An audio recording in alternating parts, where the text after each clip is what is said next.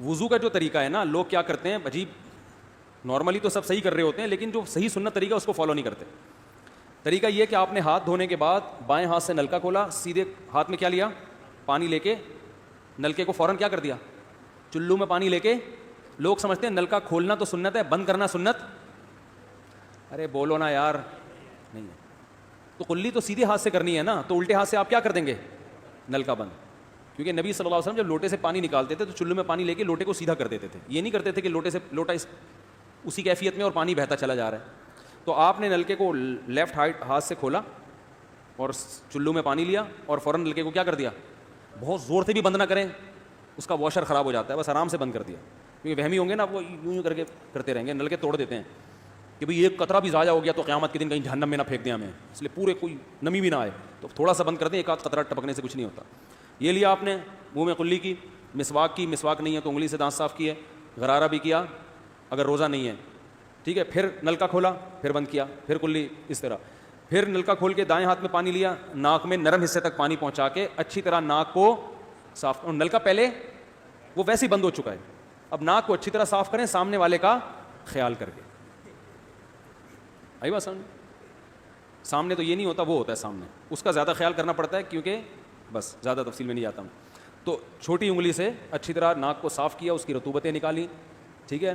پھر نلکا کھولا, دوبارہ پانی لیا, پھر اسی طرح ناک میں بولو بھائی ڈالا, اور نلکا اسی وقت, جب چلو میں پانی بھر گیا نلکا اسی وقت کیا کر دیا. اللہ نے 2 ہاتھ اسی لیے دیے ہیں کہ اس سے نلکا بند کیا جائے اور اس سے کیا کیا جائے, کھولا.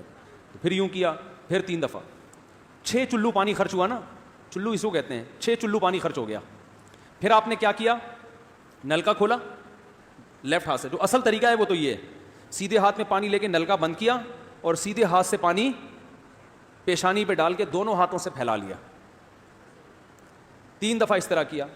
اس پہ عمل نہیں ہوتا تو پھر اتنا کر لو کہ دونوں ہاتھوں پہ کیا لے لو, نلکا کھول کے پانی لے کے پیشانی پہ ڈالو اور فوراً نلکا کیا کر دو, بند کر دو, اور پھر ہاتھوں سے اچھی طرح اس کو ملو.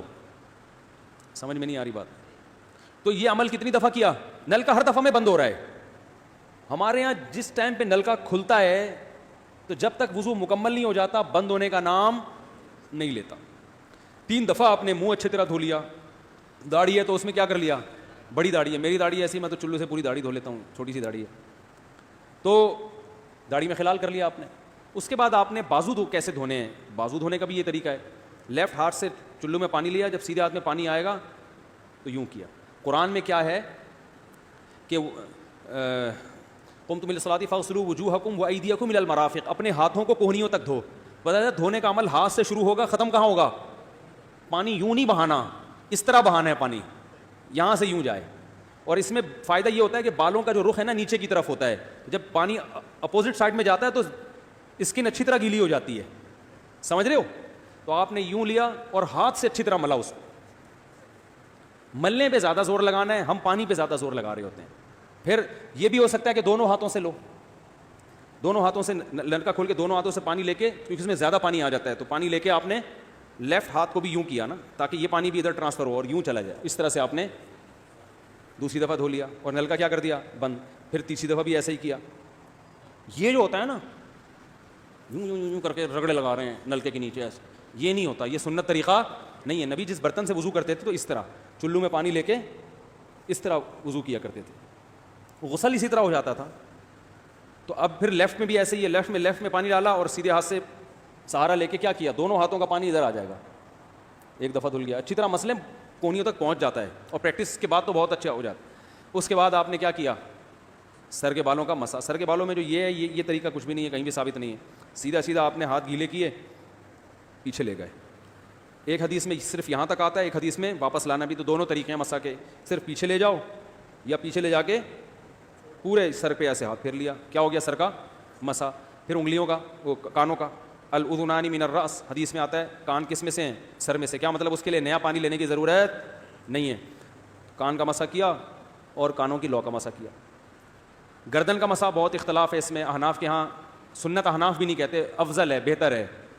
سنت کے لیے جتنی مضبوط دلیل ہونی چاہیے وہ گردن کے مسا پہ نہیں ہے, اس لیے احناف کا بھی فتویٰ یہی ہے کہ بہتر ہے کر لو, سنت نہیں, زیادہ اس کو مستحب کہا جائے گا. تو گردن کا مسا کر لیں تو بھی ٹھیک ہے, نہیں کریں بولو بھائی ٹھیک ہے. لیکن یہ جو یہاں کا مسا نہیں ہوتا, بعض لوگ پوری گردن کو یوں کر کے لا رہے ہوتے ہیں, ایسا نہیں ہے. تو گردن کا مسا یہ جو یہاں سے کیا جاتا ہے, یہ پچھلے جانب سے ہمارے حضرت اس کے قائل نہیں تھے, وہ کہتے تھے مسا جہاں بھی شریعت میں ملتا ہے یہاں سے ملتا ہے. تو ان کی رائے یہی تھی کہ اگر گردن کا مسا کرنا ہے تو گدی, گردن نہیں گدی کا مسا وہ یہاں سے کر لے. لیکن یہ کوئی نہ سنت موقدہ ہے نہ کوئی زیادہ تاکید ہے اس کی, کوئی کرے ٹھیک ہے, نہیں کرے تو بھی ٹھیک ہے. تو اس کے بعد اس لیے کہ بہت سے لوگ اس کے قائل نہیں ہیں تو ان سے بحث نہ کریں, ٹھیک ہے نا. بہت سے لوگ نہیں کرتے گردن کا مسا, بہت سے علماء فقہا اس کے قائل نہیں ہیں. اس کے بعد آپ نے پاؤں دھونا ہے, تو پاؤں میں بھی یہ کہ قرآن نے کیا کہا کہ الل کعبین, انگلیوں سے شروع ہوگا اور ٹخنوں تک پانی جائے گا. تو انگلیاں رکھیں نلکے کے نیچے اور لیفٹ ہاتھ سے اس کو اچھی طرح کیا کریں, دھوئیں اور انگلیوں کا خلال بھی کریں. بہت چند سیکنڈ میں ہو جاتا ہے یہ کام. اور پھر نلکا بند کر دیں, پھر دوسرا پاؤں سیدھے ہاتھ سے نلکا کھولا, سیدھا ہاتھ نلکے پہ رکھیں اور الٹے ہاتھ سے پاؤں دھوتے رہیں, جیسے ہی دھل جائے. تو میرا خیال ہے ایک مگا پانی بمشکل استعمال ہوتا ہے, ایک مگا جو ہوتا ہے نا نہانے والا. لیکن آج اگر جو لوگ وضو کر رہے ہیں نا, ان کا پانی اگر آپ دیکھ لو تو بالٹیوں کی بالٹیاں خرچ کر رہے ہوتے ہیں, اور معذرت کے ساتھ کم بختوں کا وضو پھر بھی نہیں ہوتا, پھر بھی ان کو شک ہوتا ہے کہیں کوئی جگہ خشک نہ رہ گئی ہو. تو وہمی نہ بنے, اس طریقے سے وضو کریں, یہ سنت طریقہ ہے. اور قرآن میں بیان بھی یہی کیا کہ یہاں سے شروع کرو یہاں تک لے کے جاؤ. کافی ہو گیا میرا خیال ہے. اللہ تعالیٰ سمجھنے کی عمل کرنے کی توفیق عطا فرمائے. وما علینا الا البلاغ.